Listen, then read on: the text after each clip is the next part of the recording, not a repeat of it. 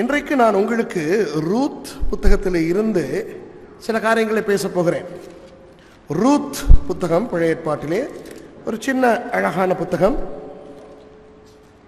நீங்கள் பழைய ஏற்பாட்டிலே பார்த்தால் 2 புத்தகங்கள் பெண்களின் பெயரில் அமைந்திருக்கும். ஒன்று எஸ்தர், ஒன்று ரூத். அநேகமான பெண்கள் கூட்டங்களில், அநேகமான பெண்கள் மாநாடுகளில் இந்த எஸ்தரை பற்றியும் ரூத்தை பற்றியும் பிரசங்கிப்பார்கள். இது பெண்கள் கூட்டம் அல்ல, பெண்கள் மாநாடு அல்ல, இது ஒரு சபை ஆராதனை. ஆகவே இன்று ரூத் புத்தகத்திலிருந்து நான் என்ன பேச போகிறேன் என்று உங்களுக்கு ஒரு கேள்வி எழும்பலாம். இந்த ரூத் புத்தகத்தில் இருந்து உங்களுக்கு நான் பேசப்போவது என்னவென்றால், பிழையான தீர்மானங்களை ஒருவன் ஏன் எடுக்கிறான், பிழையான தீர்மானங்களை ஒருவன் ஏன் எடுக்கின்றான் என்று உங்களுக்கு நான் காட்டிக் கொடுக்க போகிறேன். அப்பொழுது நமக்கு நம்முடைய வாழ்க்கையில் எடுத்த சில பிழையான தீர்மானங்களுக்கான காரணம் தெரிய வரும். இனிமேல் எடுக்க போகின்ற சில தீர்மானங்களை குறித்த ஒரு கவனமும் நம்முடைய வாழ்க்கையிலே வரும். சரி, பிழையான தீர்மானங்கள் எடுத்தால் அதனுடைய பிரதிகூலங்கள், அதனால் ஏற்படுகின்ற பாதிப்புகள் என்ன என்று இன்றைக்கு ரூத் புத்தகத்திலிருந்து உங்களுக்கு காண்பிக்க போகிறேன். சரி, அப்படியே பிழையான தீர்மானங்கள் எடுக்கும் பொழுது மற்றவர்களுக்கு எப்படிப்பட்ட பாதிப்பு வருகின்றது என்பதனையும் பார்க்க போகிறோம். கடைசியாக பிழையான தீர்மானங்கள் எடுத்து அதனால் பாதிக்கப்பட்ட நிலையில் யாராவது இன்று இருந்தால் அந்த பாதிப்புகளில் இருந்து மீண்டு வருவதற்கு சந்தர்ப்பம் ஏதேனும் இருக்கின்றதா என்று பார்க்க போகிறோம். ஆகவே இன்றைய பிரசங்கத்தை தயவு செய்து கவனித்து தங்கள் தங்கள் வாழ்க்கைகளில் ஒவ்விக்கொள்ளுமாறு உங்களிடத்திலே நான் அன்பாக வேண்டிக் கொள்கிறேன்.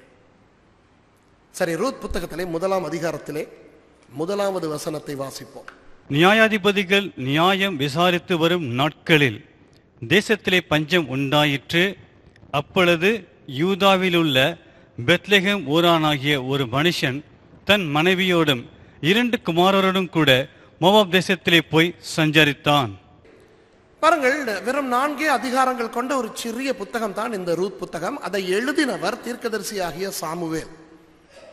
இப்போ 4 அதிகாரங்களோடு ஒரு பெரிய கதையை, 20 வருஷங்கள் நீடித்த ஒரு கதையை வெறும் 4 அதிகாரங்களுக்குள் அடக்கின அந்த சாமுவேல் அல்லது சாமுவேலை ஏவிய பரிசுத்த ஆவியானவர் முதல் வசனத்தின் முதல் பகுதியிலேயே இந்த சம்பவம் என்று நடக்கிறது என்று குறிப்பிட்டு காட்டி இருக்கின்றார் என்றால் அதிலே ஒரு அர்த்தம், ஒரு காரணம் இருக்கின்றது என்றுதான் அர்த்தம்.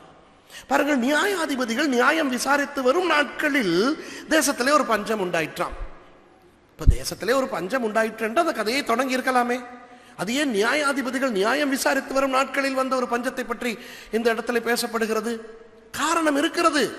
அது எப்பொழுது அந்த பஞ்சம் நடந்தது என்பதனை நாம் கண்டுபிடித்தால் தான் இந்த கதையே நமக்கு புரியும். இப்போ நியாயாதிபதிகள் நியாயம் விசாரித்து வருகின்ற காலம் என்று சொன்னால் 230 வருஷங்கள் தெரியுமா?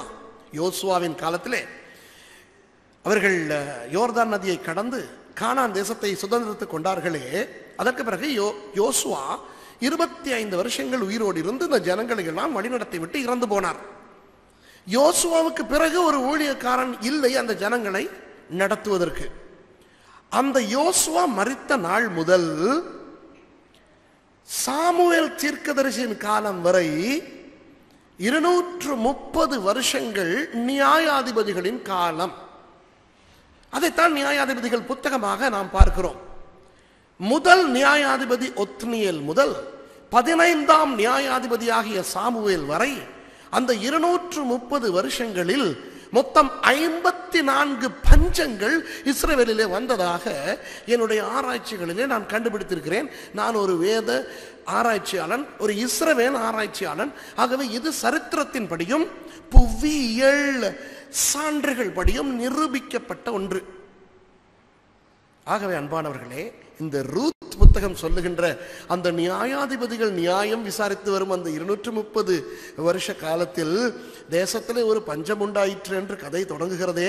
இந்த 54 பஞ்சங்களில் எந்த பஞ்சம், அதையும் இன்னும் கொஞ்சம் நேரத்தில் உங்களுக்கு நான் சொல்லிக் கொடுக்கத்தான் போகிறேன். நியாயாதிபதிகள் புத்தகத்துக்கு உங்களை அழைத்து கொண்டு போக போகிறேன். ஆனால் அதற்கு பிறகு வருவோம். முதலாவது பார்ப்போம், இந்த பஞ்சம் வந்த பொழுது என்ன நடந்தது என்று யூதாவில் உள்ள பெத்லகேம் ஊரானாகிய ஒரு மனுஷன் தன் மனைவியோடும் 2 குமாரரோடும் கூட மோவாப் தேசத்திலே போய் சஞ்சரித்தான்.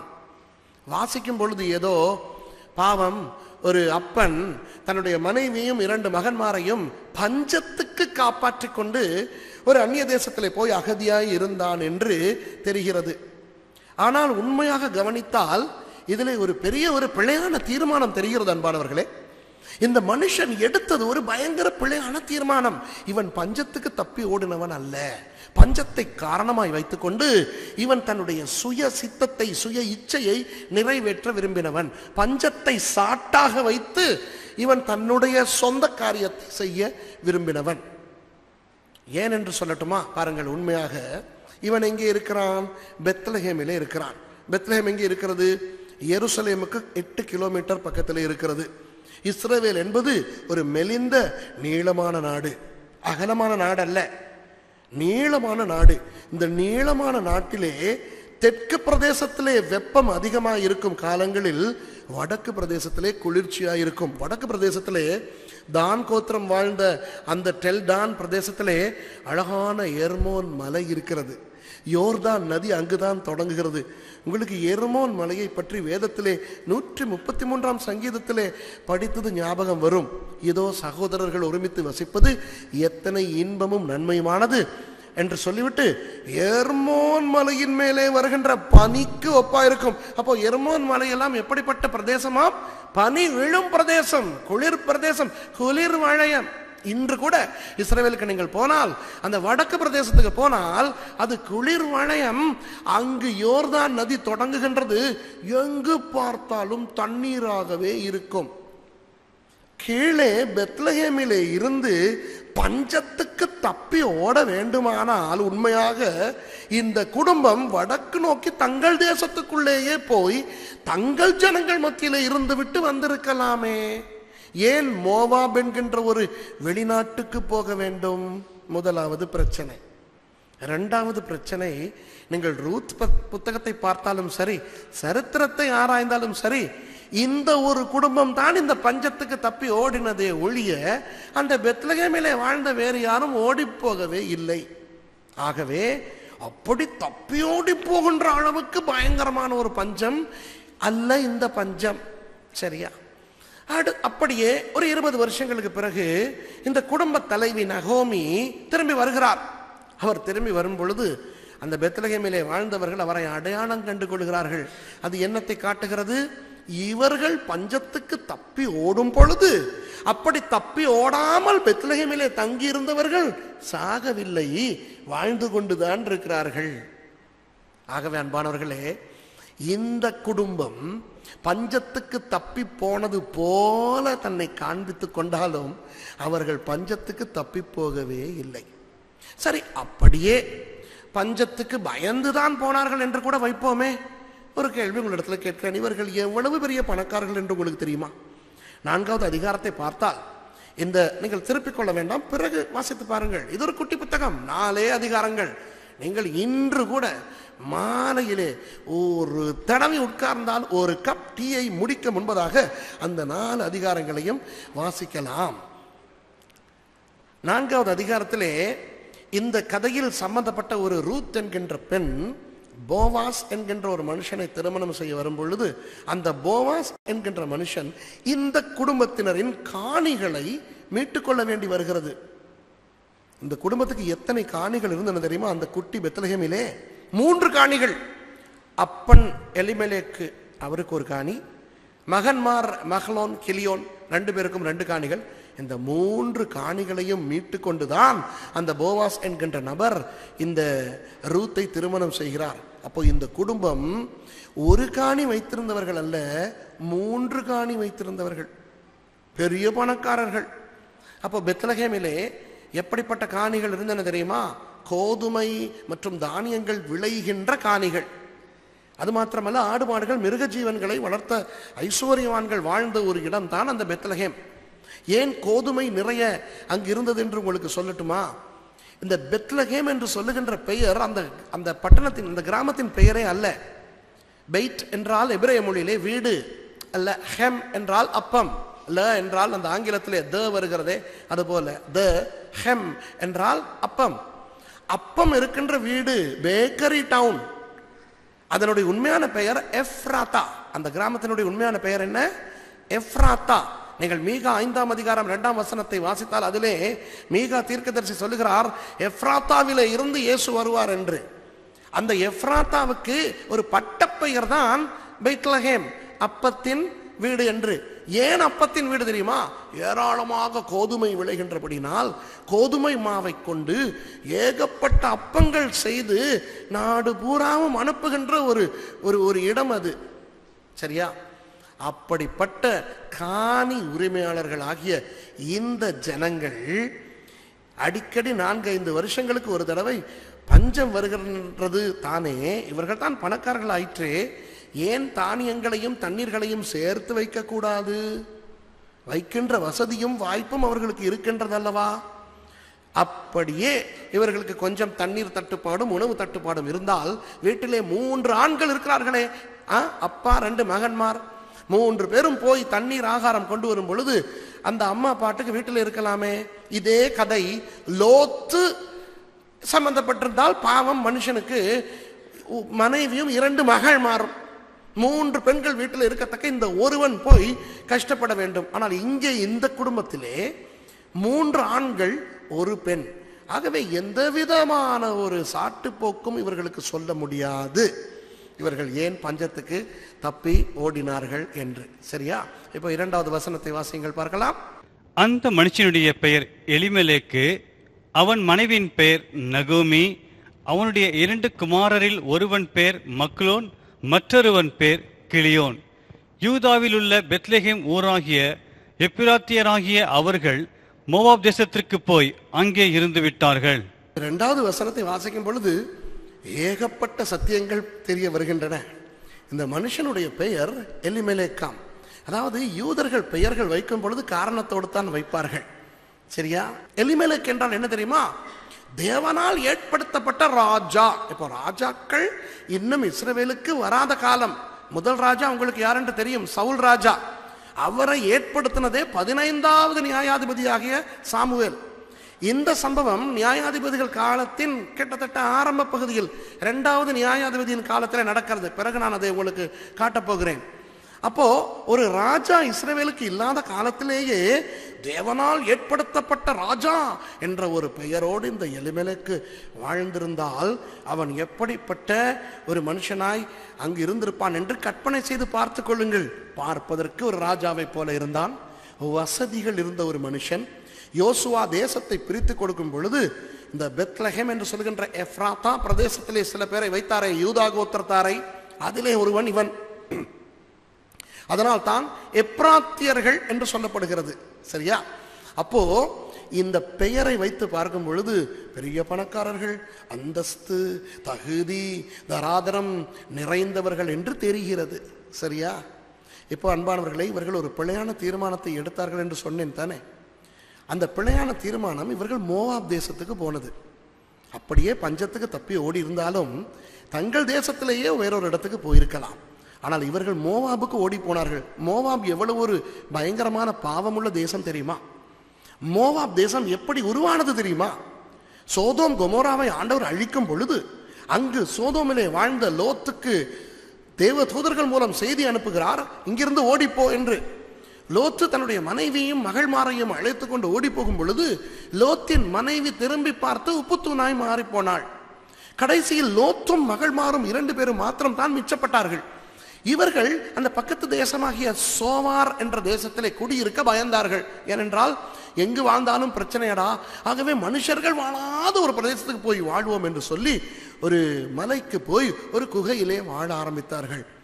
அப்பொழுது தங்களுக்கு சந்ததி வராது என்று நினைத்த அந்த மகள்மார் 2 பேரும் தகப்பனாகிய லோத்துவை மது மயக்கத்துக்கு உட்படுத்தி அந்த தகப்பனோடு தகாத உறவு வைத்து 2 பிள்ளைகளை பெற்றார்கள்.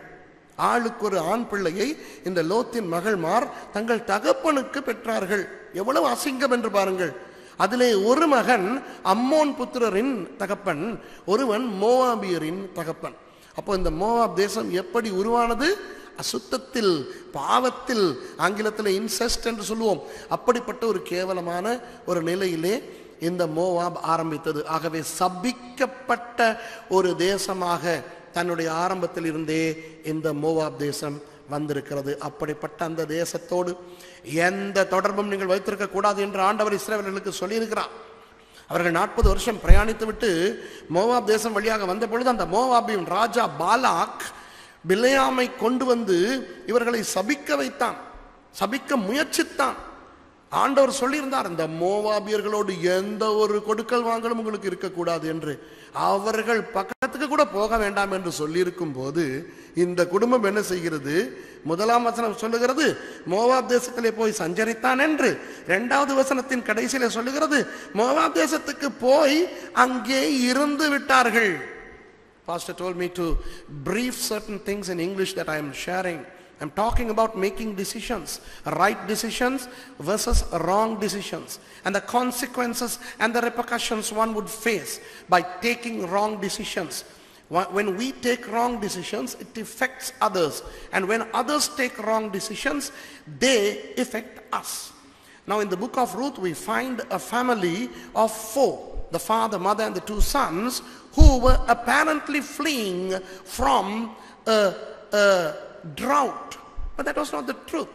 They were using the drought as a pretext to flee to Moab, which was an attractive, sinful nation. My dear friends, the reason, the prime cause for somebody taking a wrong decision is not the reason that they show. There are other hidden causes. ஒரு மனுஷன் நான் இந்த தீர்மானத்தை எடுப்பதற்கு இதுதான் காரணம் என்று சொல்லுகிறான் அல்லவா? உண்மையாகவே அது காரணம் அல்ல. இவர்கள் பஞ்சத்தை காரணமாய் வைத்து மோவாபுக்கு ஓடுகிறார்கள் அல்லவா? அது அல்ல காரணம். காரணம் என்ன தெரியுமா? மோவாப் தேசத்தில் இருந்த கவர்ச்சி, மோவாப் தேசத்தில் இருந்த சுதந்திரம், பெத்லகேமிலே இருந்த கட்டுப்பாடு, பெத்லகேமிலே இவர்கள் தேவனுக்கு பயந்தவர்களாய் வாழ்கின்ற ஒரு எதிர்பார்ப்பு அங்கு இருந்தது. இவர்கள் நினைத்தபடி விளையாட்டு பிள்ளைகளாக வாழ முடியாது. இவர்கள் பேச்சிலே கௌரவம் இருக்க வேண்டும், இவர்களுடைய உடையிலே அடக்கம் இருக்க வேண்டும், இவர்களுடைய வாழ்க்கை பயபக்தி நிறைந்த ஒரு வாழ்க்கையாக இருக்க வேண்டும். கட்டுப்பாடு அதிகம். ஆனால் மோவாப் தேசம் பாவம் நிறைந்தது. அங்கு போனால் சுதந்திரமாக பாவம் செய்யலாம். ஆகவே இருதயத்திலே அங்கே போக வேண்டும் என்ற ஆசை, ஆனால் எண்ணத்தை சொல்லிவிட்டு போவது அவமானம் அல்லவா? ஆகவே ஏதாவது ஒரு காரணம் வராதா, ஒரு சாட்டு வராதா என்று ஏங்கிக் கொண்டிருந்தவர்களுக்கு இந்த அடிக்கடி வருகின்ற ஒரு பஞ்சம் வந்தது. அதை காரணமாக வைத்துவிட்டு ஓடி போனார்கள். வருகிறதா? அன்பானவர்கள், நம்முடைய வாழ்க்கையிலே பல பிழையான தீர்மானங்களை எடுத்ததுக்கு காரணம் என்ன தெரியுமா? நாம் சொல்லுகின்ற காரணங்கள் அல்ல, வேறு காரணங்கள். சில பேர் சபை மாற்றுகிறார்கள் தெரியுமா? இந்த சபையிலிருந்து வேறொரு சபைக்கு போவார்கள். அப்படி போகின்றவர்களை கேட்டால் அவர்கள் சொல்லுவார்கள், பாஸ்டர் சரியில்லை, அவருடைய மனைவி சரியில்லை, அல்லது இசை சத்தம் அதிகம், அல்லது அந்த குறை இந்த குறை என்று சொல்லுவார்களே. இதெல்லாம் காரணமே கிடையாது. இதெல்லாம் சாட்டுப்போக்குகள். சரியா? அவர்கள் எந்த சபைக்கு போய்விட்டார்களோ அங்கே ஏதோ ஒரு கவர்ச்சி, அவர்களுடைய உள்ளம் ஏற்கனவே அங்கே போய்விட்டது. அங்கு ஓட வேண்டும். அந்த சும்மா போனால் நல்லதில்லையே, சரியில்லையே, வெட்கமே. ஆகவே கண்ணிலே எண்ணெயை ஊற்றிக்கொண்டு பார்த்து கொண்டிருப்பார்கள், ஏதாவது ஒரு சாட்டு வருகிறதா என்று. அன்றைக்கென்று பார்த்து பாஸ்டர் ஏதாவது கொஞ்சம் வித்தியாசமாக பேசிவிட்டால் அது என்னை பாதித்து விட்டது, நான் இனி இங்கே இருக்க மாட்டேன் என்று போவார்கள். அன்றைக்கென்று பார்த்து இந்த மைக் இன்றைக்கு சத்தம் போட்டதே, நம்ம பிரதர் வந்து பாடும்போது அது பிரதர் பாடுறதுக்கு முதல்ல மைக் பாட ஆரம்பிச்சிருச்சு பார்த்தீங்களா, கூடு கத்துச்சே, அது காரணம் ஐயோ சத்தம் தாங்க முடியவில்லை என்று போய்விடுவார்கள்.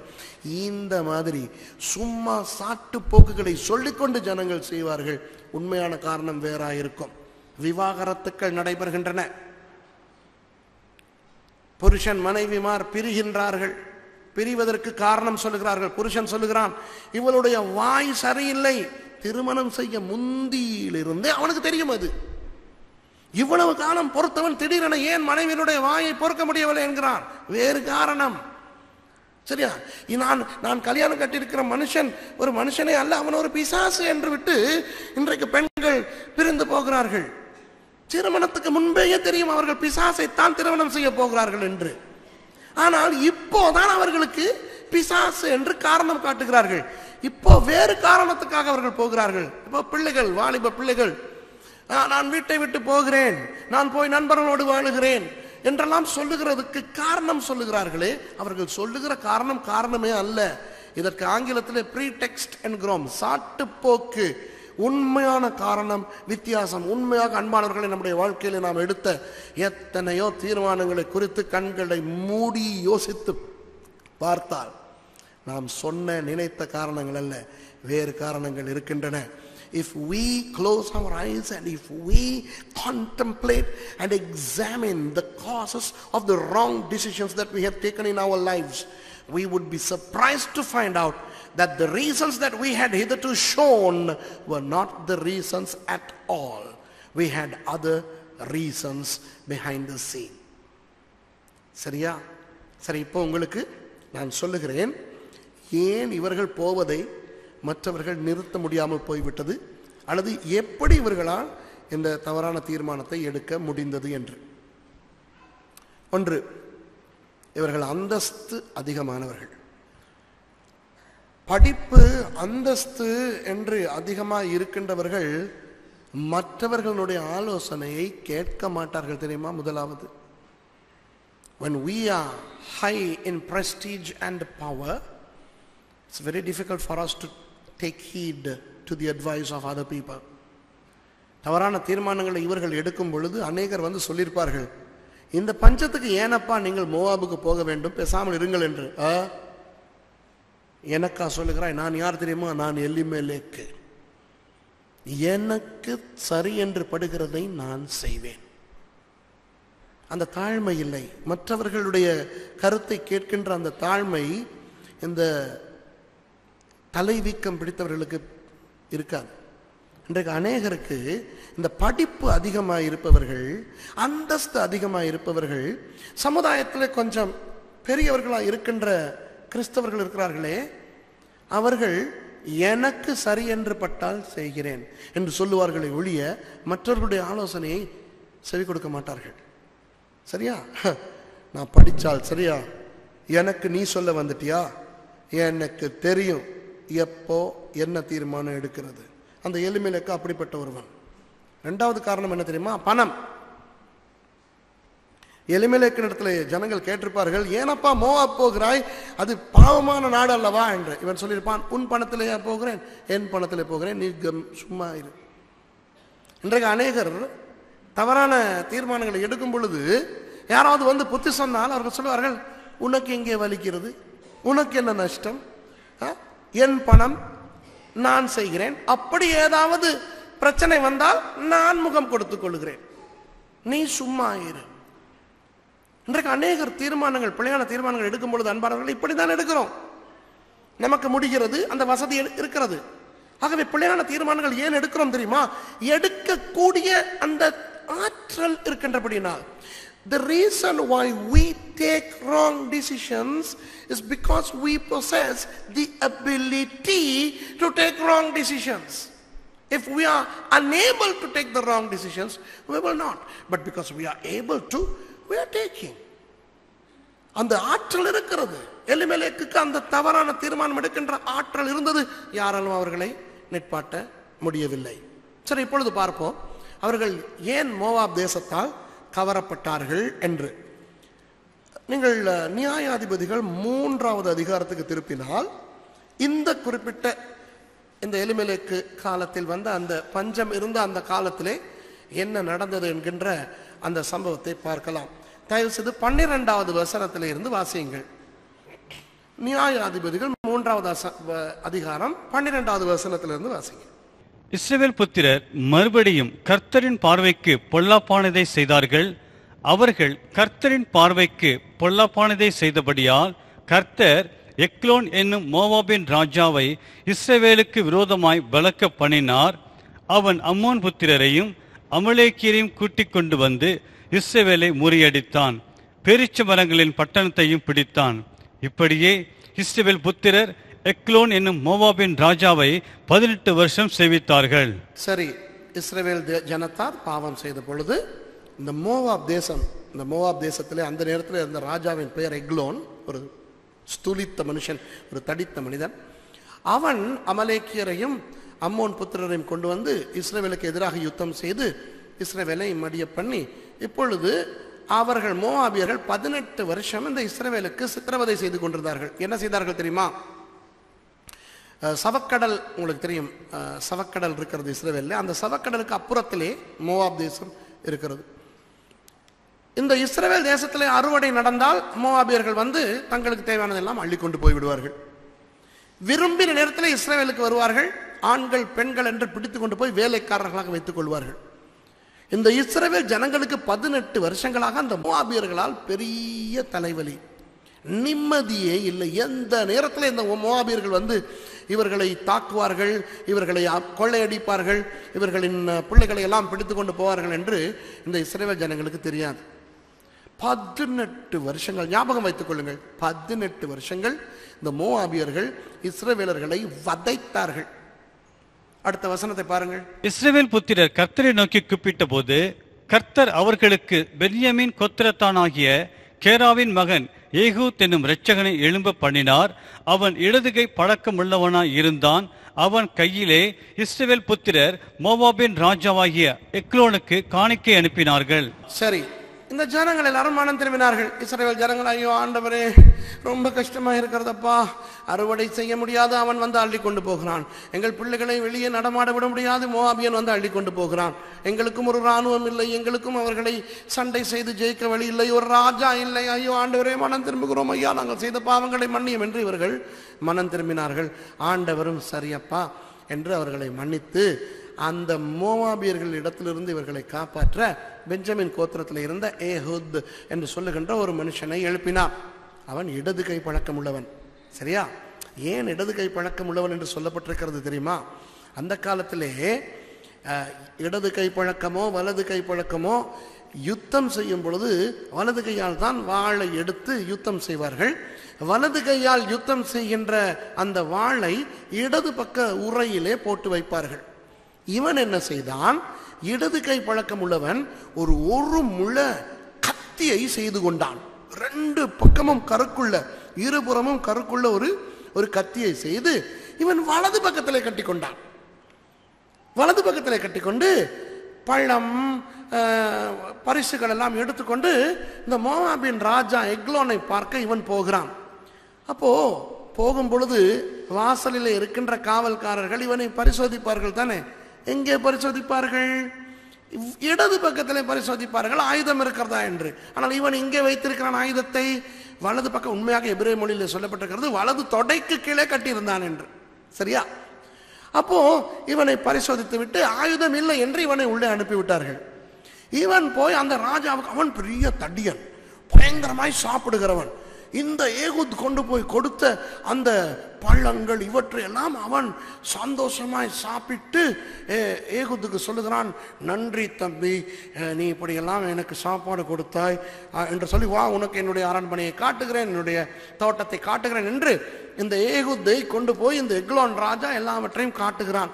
இவனும் அப்பாவி போல பின்னாலேயே போய், நல்லா இருக்கிறது ராஜா, நன்றா இருக்கிறது என்றெல்லாம் சித்தான். எல்லாம் முடிந்த பிறகு எக்லோன் சொல்லுகிறான், ஏகூத் எக்லோனுக்கு சொல்லுகிறான், ராஜாவே, நான் உங்களுக்கு ஒரு தேவ செய்தி சொல்ல இருக்கிறது, சொல்லலாமா என்று. சொல்லு தம்பி என்று சொல்லும் பொழுது ஏகூத் சொல்லுகிறார், ராஜாவே, தனிப்பட்ட ரீதியாக சொல்ல வேண்டும், கொஞ்சம் இவர்களை வெளியே அனுப்ப முடியுமா?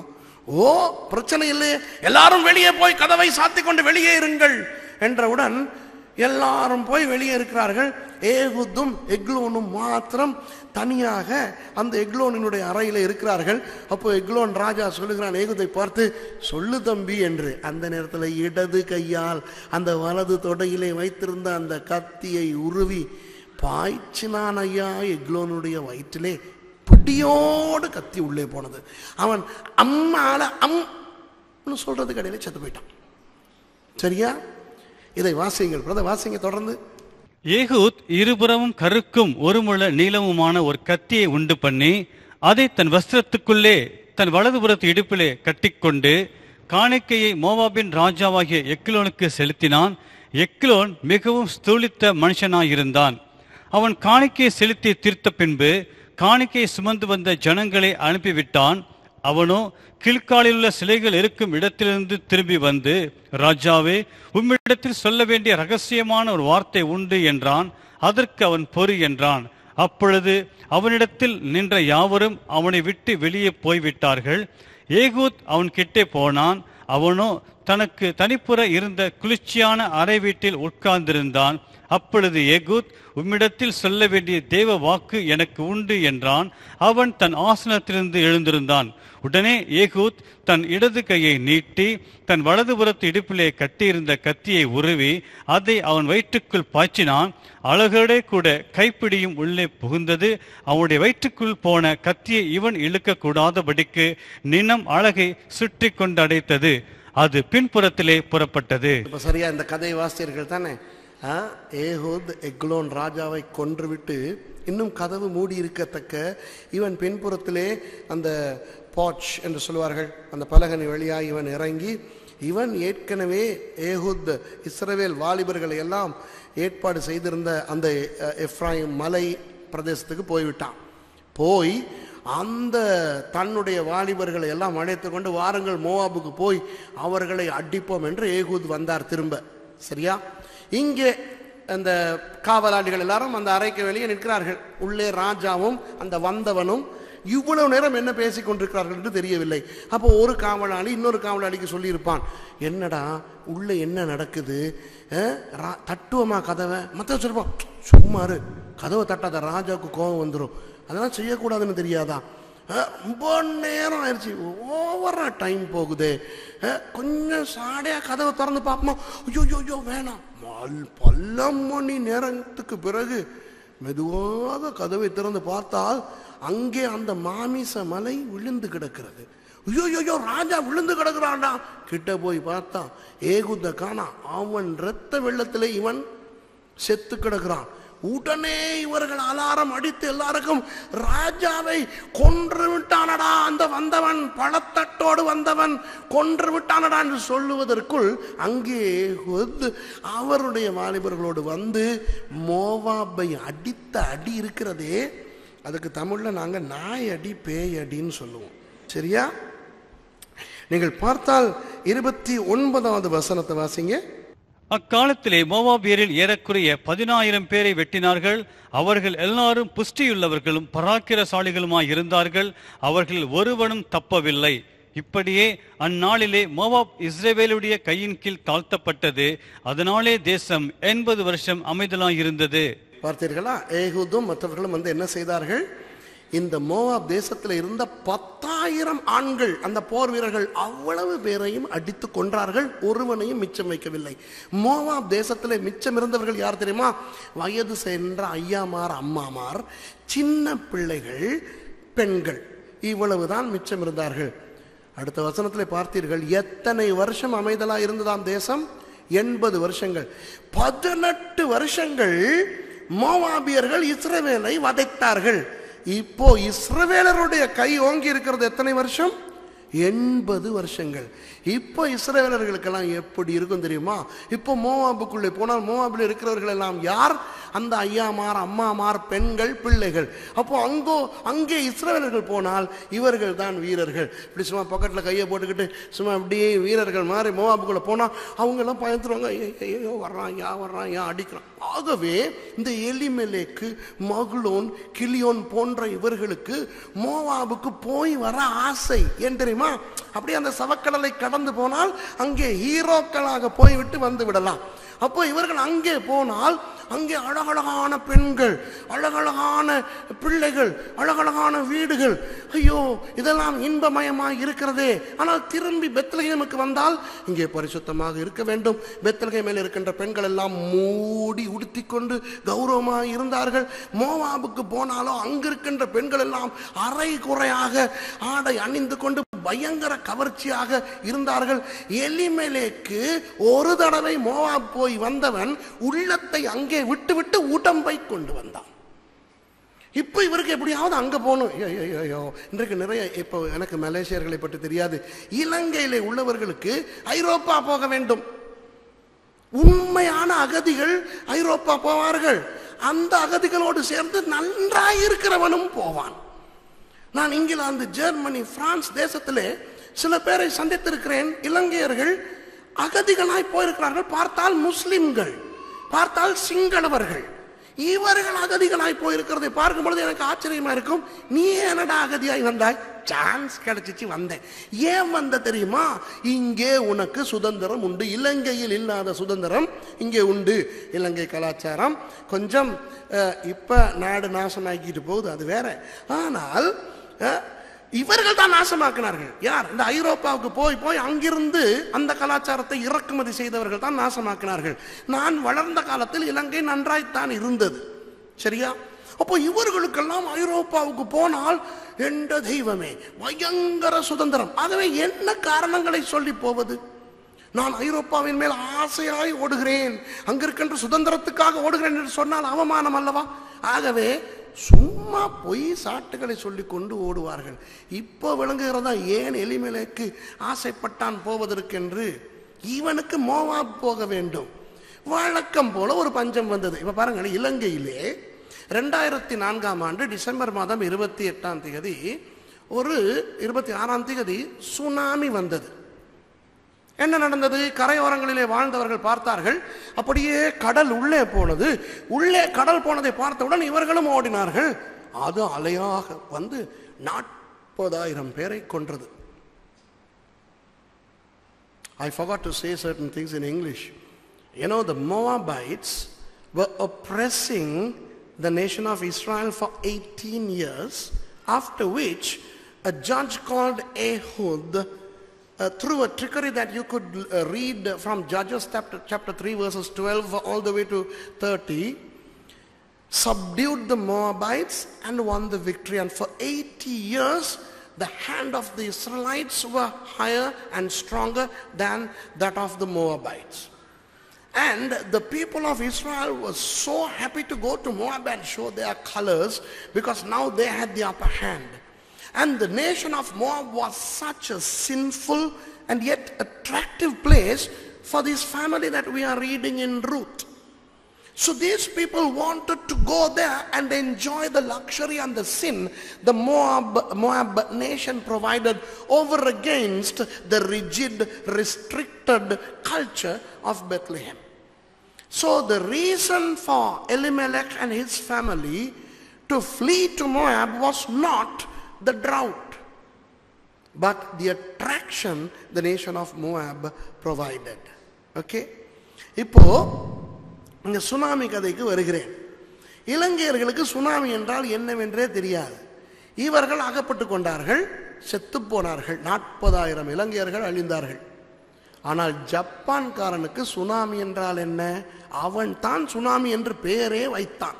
பெயர் வைத்து கூப்பிடுகிற அளவுக்கு அவனுக்கும் சுனாமிக்கும் நெருங்கிய தொடர்பு உண்டு. ஆகவே ஜப்பான்காரன் சுனாமிக்கு பயந்து அமெரிக்காவுக்கு போய் வாழுகிறான் என்றால் அது பொய். ஏனென்றால் அவனுக்கு தெரியும் சுனாமி எங்கே வரும்? கடலோரம் தான் வரும், கடலில் இருந்து தான் வரும், குளங்களிலிருந்து சுனாமி வராது. அப்போ கடற்கரை ஓரங்களிலே வாழுகின்ற ஜப்பான்காரன் பூமி அதிர்ச்சிக்கு ஏற்ற விதத்தில், சுனாமிக்கு ஏற்ற விதத்தில் வீடுகளை கட்டி அவன் வாழுவான். அப்படித்தானே? அப்போ அது போல இந்த பெத்லகேமிலே வாழ்ந்தவர்களுக்கு பஞ்சம் என்றால் தெரியும். அந்த காலத்தில் ஒரு 4-5 வருஷங்களுக்கு ஒரு தடவை வந்தது. அப்போ இவர்கள் சும்மா அந்த ஐயோ பஞ்சம் வந்து விட்டதே என்ன செய்வது என்று திகில் அடைந்து தப்பி ஓடி மோவாபுக்கு போனவர்கள் அல்ல, திட்டம் போட்டு ஓடி போனவர்கள். சரியா? ஊரை ஏமாற்றினவர்கள். அன்பானவர்களே, பிள்ளையான தீர்மானம் எடுக்கின்ற முக்கால்வாசி பேர் நாம் திட்டம் போட்டு செய்கிறோம், மற்றவர்களை நம்ப வைக்கிறோம். ஐயோ செய்ய வேண்டி ஏற்பட்டது என்று. சரியா? இந்த வீட்டை விட்டு ஓடுவது, சபையை மாற்றி இன்னொரு சபைக்கு போவது, இவனோடு வாழ முடியாது என்று தனியாய் வாழுவது, சரியா, விவாகரத்து கேட்பது, இதெல்லாம் உண்மையான காரணங்கள் உள்ளே இருக்கும். சும்மா பொய் காரணங்களை காட்டிக்கொண்டு ஊரை ஏமாற்றுகின்ற அந்த தன்மையை நாம் முதலாவது உணர வேண்டும். அன்பானவர்களே, பிழையான தீர்மானங்கள் எத்தனையோ பேர் எடுக்கிறோம் இந்த மாதிரியான காரணங்கள் நிமித்தமாக. சரியா? சரி, அடுத்தது, இந்த பிழையான தீர்மானம் எடுத்தால் என்ன நடக்கும்? நான் நகோமியை பற்றி பிறகு பேசுகிறேன். இப்போ பிழையான தீர்மானம் எடுத்தால் என்ன நடக்கும் என்று சொல்லுகிறேன். கவனிங்கள். 3வது வசனம், ரூத் 1ஆம் அதிகாரம் 3வது வசனம். நகோமியின் புருஷனாகிய எலிமெலேக்கு இறந்து போனான், அவளும் அவளுடைய 2 குமாரரும் மாத்திரம் இருந்தார்கள். இந்த இடத்துல எலிமெலேக்கு இறந்து போனான் என்று வாசிக்கிறோம். எலிமெலேக்கு ஒரு யூதன். இஸ்ரவேல் ஜனங்கள் எவ்வளவு காலம் உயிரோடு வாழ்ந்தார்கள் என்று உங்களுக்கு தெரியும். 100 வயதை தாண்டி வாழ்ந்தவர்கள் அவர்கள். ஆனால் இவனுக்கு என்ன நடந்தது? போனான், மோவாபுக்கு அனுபவிக்க கூட கிடைக்கவில்லை, கொஞ்ச காலத்தில் இறந்து போனான். எபிரேய மொழியிலே மரணத்தை குறிக்கிற 2 சொற்கள் இருக்கின்றன, குறித்துக் கொள்ளுங்கள். ஒன்று மூட். அந்த மூட் என்கின்ற சொல் தான் அராபிய மொழியிலே மவுட் என்று வந்தது. இஸ்லாமியர்கள் இறந்து போகிறவர்களை மவுட் ஆகிவிட்டார்கள் என்று சொல்வார்கள். அது எபிரேய மொழி மூட் இருந்து வந்தது, மூட். அடுத்தது யஷான். அடுத்த சொல் யஷான் எபிரேய மொழியிலே. இந்த யஷான் என்றால் என்ன தெரியுமா? நித்திரை அடைந்தான், வயது முதிர்ந்து அவன் மரித்து போனான் என்றெல்லாம் தமிழ் வேதாகமத்தில் இருக்குமே, அந்த அது. அதாவது கௌரவமாக ஒருவன் இறந்து போனால் யாஷான் என்ற சொல் பயன்படுத்தப்படும். ஆனால் எவனாவது அகால மரணம் அடைந்தால், ஒரு விபத்திலே, ஒரு வியாதியிலே செத்து போனால் பயன்படுத்தப்படுகின்ற சொல் தான் மூட். சரி, அப்ப ரோட்ல போனா லாரி வந்து அடிச்சது, செத்து போயிட்டான்னா யஷான்னு சொல்ல மாட்டாங்க, மூட் என்று சொல்லுவார்கள். சரியா? எதிர்பாராமல் அகால மரணம் அடைவது, இந்த இடத்துல பயன்படுத்தப்பட்டிருக்கின்ற சொல் அந்த மூட் என்ற சொல். சரியா? அப்ப எலிமெலேக்கு என்ன ஆனான்? மூட் ஆகிவிட்டான், செத்து போனான். பாவம், பயலுக்கு அனுபவிக்க கூட முடியவில்லை மோவாபை, செத்து போனான். நகோமியும் மகன்மார் 2 மாத்திரம் தனித்து போனார்கள். அன்பானவர்களே, தவறான தீர்மானங்கள் எடுத்தால் மரணம் வரும். நீங்க யோசிக்கலாம், அது எங்க வந்துச்சு? நாங்க தான் எவ்வளவு தவறான தீர்மானத்தை காலாகாலமா எடுத்திருக்கோமே. அன்பானவர்களே, இந்த நமக்கு தெரிந்த மரணம் மாத்திரம் அல்ல, அநேக விஷயங்கள் செத்து போய்விடும். நிம்மதி செத்து போய்விடும்.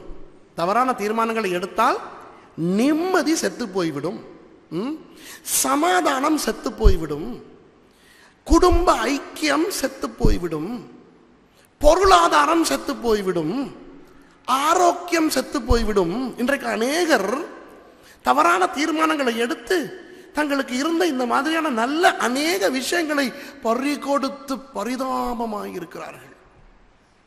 யோசித்து பார்த்தால் உங்களுக்கு தெரியும், தவறான தீர்மானங்கள் எடுத்தால் எத்தனையோ விதமான மரணங்கள் நம்மை வரும். ஆனால் உயிர் போகிற மரணம் வராவிட்டால் கூட மற்ற மரணங்கள் வரும். சரி, இப்போ அவர்களுடைய கலாச்சாரத்தில், யூதர்களுடைய கலாச்சாரத்திலே இந்த குடும்ப பொறுப்பு எப்படி வரும் தெரியுமா? அப்பா இருக்கும் வரை அப்பா தலைவர், அப்பா இறந்து போய் விட்டால் அம்மா தலைவி அல்ல, மூத்த மகன் தான் தலைவன். அம்மா கூட மூத்த மகனுக்கு தான் அடங்கி இருக்க வேண்டும். மூத்த மகன் இறந்து விட்டால் இளைய மகன் தலைவன். ஆண்கள் எல்லாம் இல்லாமல் போனால் தான் பெண்ணுக்கு தலைமை பதவி வரும். நீங்கள் பெண்கள் சந்தோஷப்படுங்கள், நீங்கள் அந்த கலாச்சாரத்திலே வாழவில்லை என்றதற்காக. இந்த கலாச்சாரத்தில் இருந்து கொண்டு முறுமுறுத்து கொண்டு முணுமுணுத்து கொண்டு இருக்காதீர்கள். அங்கே வாழ்ந்தால் பயங்கர மோசம். நகோமி பாவம். நகோமி திருமணம் செய்யும் வரை அப்பாவினுடைய சட்டங்களுக்கு அடங்கி இருக்க வேண்டும். திருமணம் செய்தவுடன் புருஷனுடைய சட்டத்துக்கு கீழ்ப்படிந்திருக்க வேண்டும். இப்போ புருஷன் இறந்து போனான், இப்போ இவளுக்கு தீர்மானம் எடுக்க முடியாது. மகளோன் தான் குடும்ப தலைவன். அடுத்தது கிளியோன். அப்போ இப்போ குடும்ப தலைவர்களாகிவிட்ட இந்த மகன்மார் என்ன செய்திருக்க வேண்டும்? அடே, அப்பா எடுத்த பிள்ளையான தீர்மானத்தால் அப்பா மூட்டாகிவிட்டார், இனியாவது நாங்கள் அந்த தீர்மானத்தை திருத்த வேண்டுமே என்று அவர்கள் தீர்மானித்திருக்க வேண்டும். என்ன செய்தார்கள் என்று அடுத்த வசனத்திலே வாசிக்கலாம். 5வது வசனம் வாசிங்க. 4வது வசனம். இவர்கள் மோவாபியரில் பெண் கொண்டார்கள். அவர்களில் ஒருத்தி பேர் ஓர்பால், மற்றவள் பேர் ரூத். அங்கே ஏறக்குறைய 10 வருஷம் வாசம் பண்ணினார்கள். இவனுங்க எடுத்த தீர்மானத்தை மாற்றுவானுங்கன்னு பார்த்தா இன்னும் குழியில் விழுகிறானுங்க. அப்பன் இவர்களை கொண்டு போய் மோவாபிலே வாழ வைத்தான். அப்பன் செத்து போனான். மகன்மார் 2 பேரும் தலைவர்களான பொழுது இவர்கள் திரும்பி போவதை விட்டு மோவாபியர்கள் பெண் எடுக்கிறார்கள். வேறு ஓர்பாளை கல்யாணம் கட்டுகிறான் கிளியோன், ரூத்தை கல்யாணம் கட்டுகிறான் மகளோன். ஆண்டவர் பொறுமையானவர். எத்தனை பேர் நினைக்கிறார்கள் கர்த்தர் பழைய ஏற்பாட்டிலே மிகவும் கடுமையாக இருந்தார் என்று? கடுமையாக இருக்கவில்லை. 10 வருஷம் அவர்களுக்கு காலம் கொடுத்தார். ஏறக்குறைய 10 வருஷம் அவர்கள் அங்கே இருந்தார்களாம். பிள்ளை இருக்கவில்லை. அப்போ அவர்களுடைய கலாச்சாரத்திலே பிள்ளை இல்லை என்றால் சாபம் என்று அவர்கள் நினைத்து கொண்டிருந்தார்கள். அப்போ 10 வருஷங்களாக இந்த 2 பேரும் திருமணம் செய்தும் இவர்களுக்கு பிள்ளை இல்லை என்றால் அவர்கள் அறிந்து கொள்ள வேண்டும், அடைய அப்பா இறந்து போனார், எங்களுக்கும் பிள்ளை இல்லாமல் இருக்கிறது, நாங்கள் தொடர்ந்து பாவத்தின் மேல் பாவம் செய்கிறபடினால் தான் என்று உணர வேண்டும். உணரவில்லை. 10 வருஷம் ஆண்டவர் டைம் கொடுத்து விட்டு 5வது வசனத்தை வாசிங்க, என்ன நடக்குது? பின்பு மக்லோன் கிளியோன் என்னும் அவர்கள் இருவரும் இறந்து போனார்கள். அந்த ஸ்திரீ தன் குமாரர் இருவரையும் தன் புருஷனையும் இழந்து தனித்தவளானாள். மக்லோன் கிளியோன் 2 பேரும் மூட்டாகி விட்டார்கள். அதுவும் அகால மரணம். புரியுதா உங்களுக்கு? அன்பானவர்களே, தவறான தீர்மானங்கள் எடுத்து அதை திருத்தாவிட்டால் தொடர்ந்து இன்னும் தவறான தீர்மானங்கள் எடுக்க வேண்டி வரும். When Elimelech took the wrong decision, the Bible says he died in Moab. The repercussion of wrong decisions is death. Not necessarily the physical death, but death of peace, joy, finances, family unity, etc., etc. So if we take wrong decisions, we are bound to experience death in many areas of our lives. And Elimelech died. And when Elimelech died, the sons should have taken a decision to reverse the father's wrong decision. But on the contrary, they fell into greater gravity of wrong decisions, whereby they went and took unto themselves Moabite wives. And then God gave them 10 years to repent. They did not. And Mahlon and Chilion, both of them also died, leaving Naomi, the innocent woman, a widow and an orphan.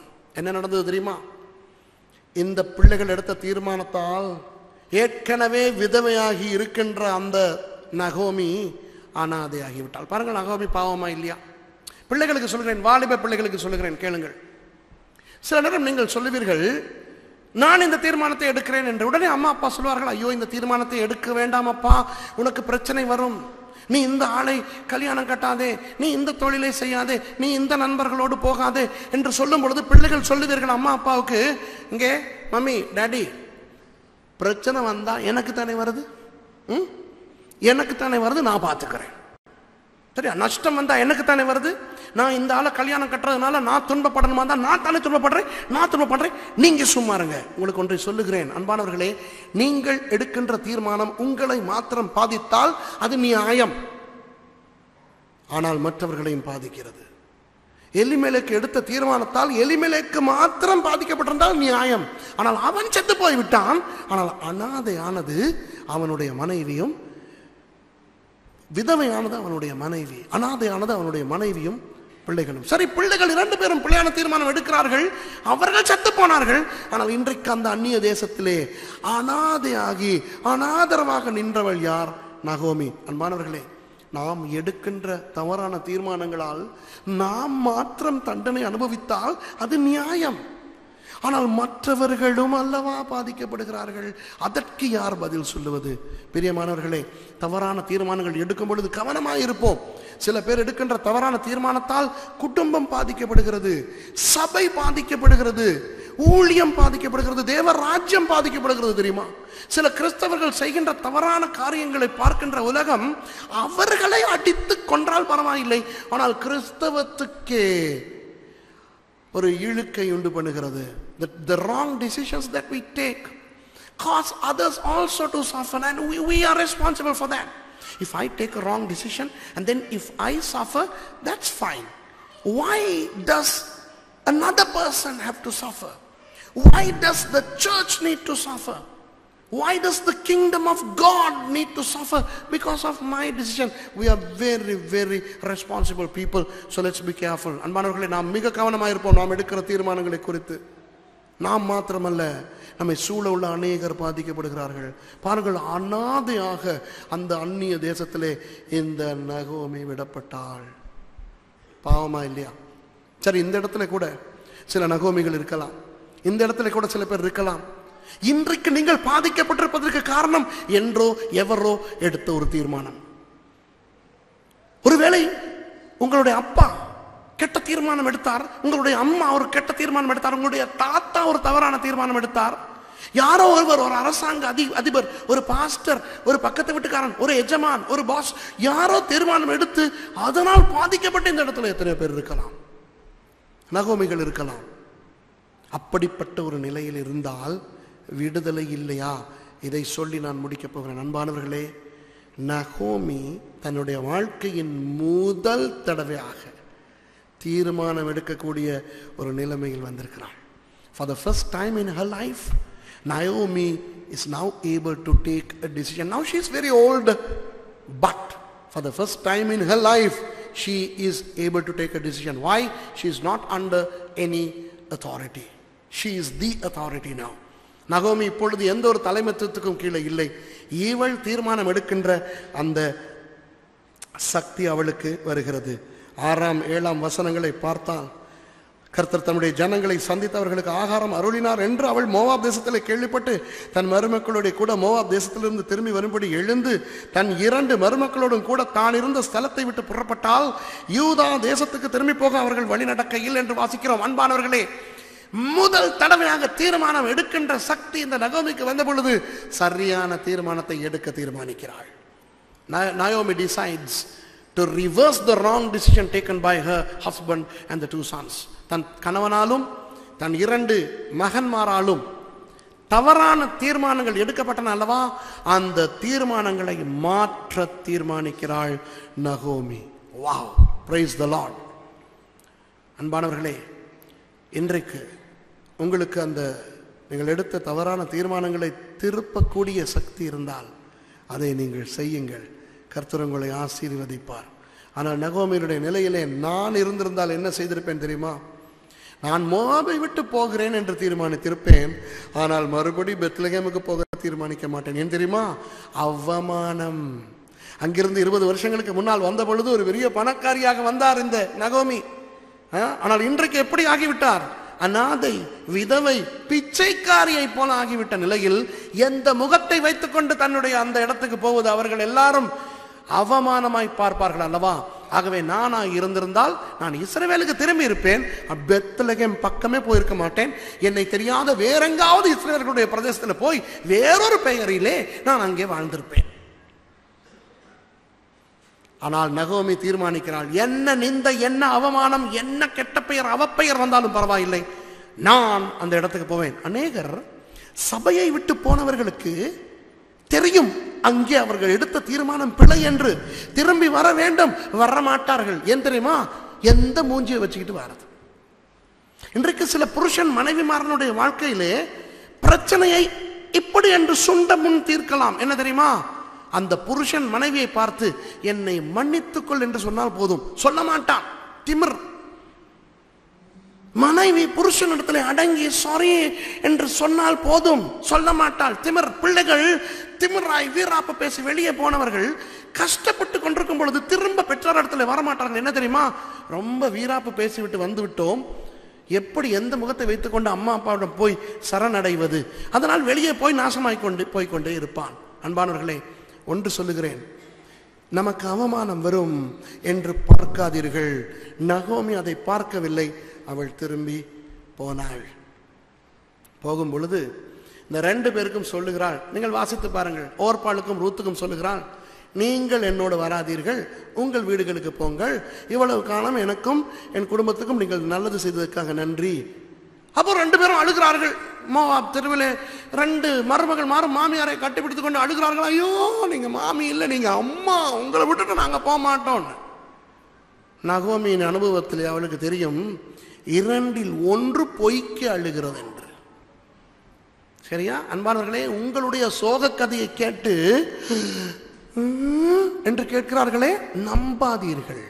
பாதி பேர் பொய். வந்துருடா, அவனோட நீ வாழ தேவையில்லடா, நீ வெளியே வாடா, நான் பார்த்துக்கிறேன்டா என்று குடும்ப பெண்களுக்கு ஆலோசனை சொல்லுகிறார்களே, நம்பாதீர்கள்.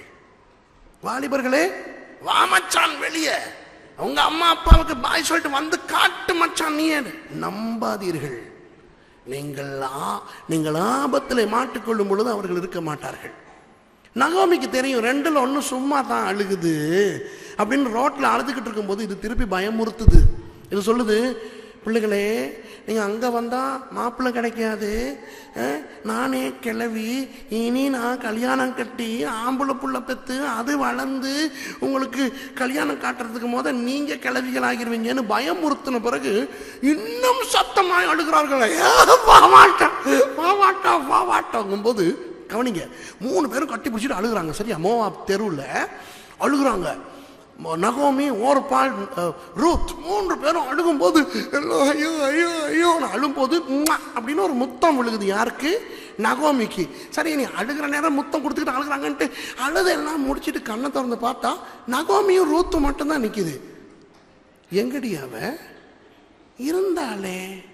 உங்களுக்கு தெரியுமா? கண்ணை திறந்து பார்த்தா ஓர்பாளை காணோம். அவத்தான் மாமிக்கு முத்தம் கொடுத்துட்டு போயிட்டான். உங்களுடைய கதையை கேட்கும் பொழுது ரொம்ப பாசமாக, ரொம்ப கவலையாக கட்டி பிடிச்சு ஐயோ கொடுப்பான். நம்பாதீங்க, நம்பாதீங்க. இதுகளை தான் நம்ப கூடாது. சரியா? ஓர்பாள் போன இடம் தெரியவில்லை, காணாமல் போய்விட்டாள். நகோமி சொல்லுது ரூத்தை பார்த்து, உன் சகோதரி போய்விட்டாள், நீயும் போ என்று. அன்பானவர்களே, ஒரு பெரிய அற்புதம் நடக்கிறது. ரூத்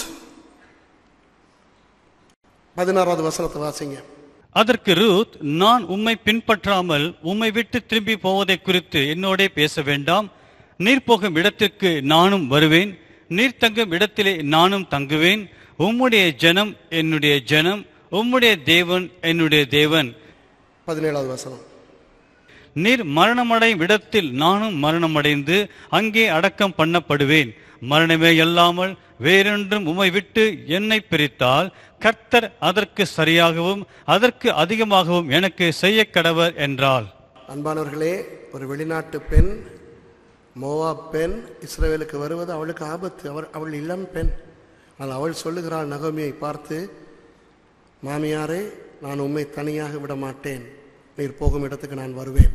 உம்முடைய ஜனம் என்னுடைய ஜனம். அவர்கள் என்னை ஏற்றுக்கொள்ள மாட்டார்கள், இருந்தாலும் நான் அவர்களை ஏற்றுக்கொள்கிறேன். உம்முடைய தேவன் என்னுடைய தேவன், நீர் தங்கும் இடத்தில் நான் தங்குவேன். அதாவது நீர் வயது போன பாட்டி, மரத்தடியில் வேண்டுமானாலும் தங்கலாம். நான் இளம் பெண், நான் தங்கினால் எனக்கு என்னுடைய கற்புக்கும் உயிருக்கும் ஆபத்து, இருந்தாலும் நான் தங்குகிறேன், உம்மோடு வருவேன்.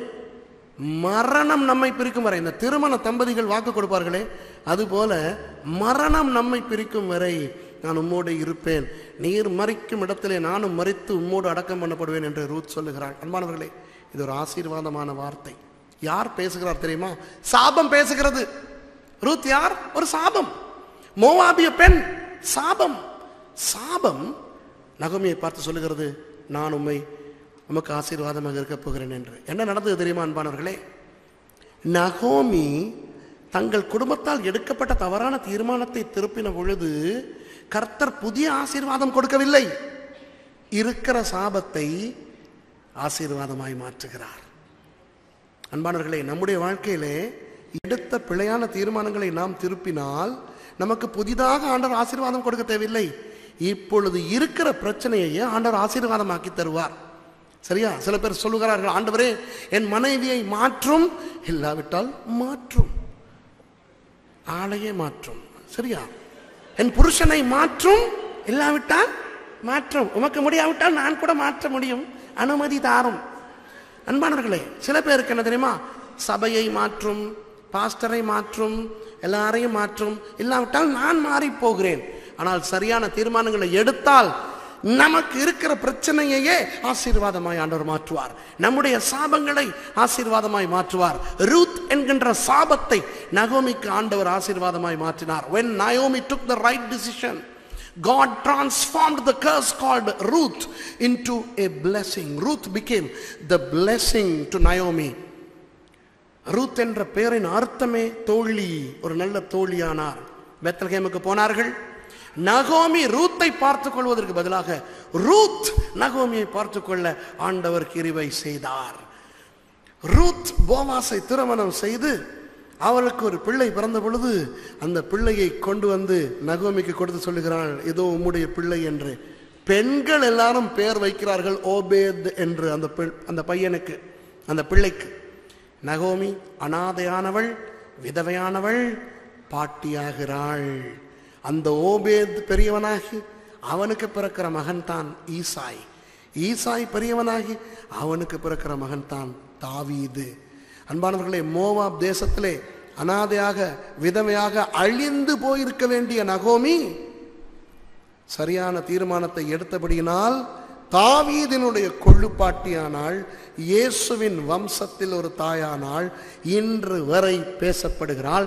நகோமி சரியான தீர்மானத்தை எடுத்தபடியினால் வேதத்திலே ரூத் என்ற ஒரு புத்தகம் இருக்கிறது. இல்லாவிட்டால் இன்றைக்கு வேதத்திலே 65 புத்தகங்கள் தான் இருந்திருக்கும். அன்பானவர்களே, நகோமியின் தேவன் உங்கள் தேவன். நகோமி என்றால் இனிமை என்ற அர்த்தம்.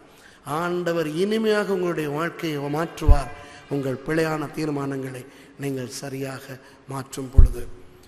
When Naomi took the right decision, God blessed Ruth with a child, and that child was given to Naomi, and Naomi became the great grandmother of King David and an ancestral mother to Jesus. நகோமியின் தேவன் உங்கள் தேவன். கண்களை மூடி ஜெபிப்போமா?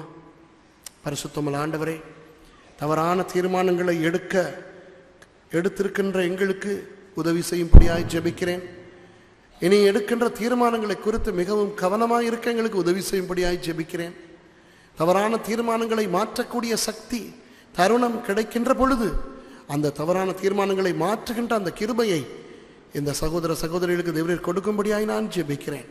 தவறான தீர்மானங்களை மாற்றி சரியான தீர்மானங்கள் எடுக்கும் பொழுது கர்த்தர் தருகின்ற மகத்துவமான ஆசீர்வாதங்களை பெற்றுக்கொள்ள இவர்களுக்கு உதவி செய்யும்படி ஜெபிக்கிறேன்.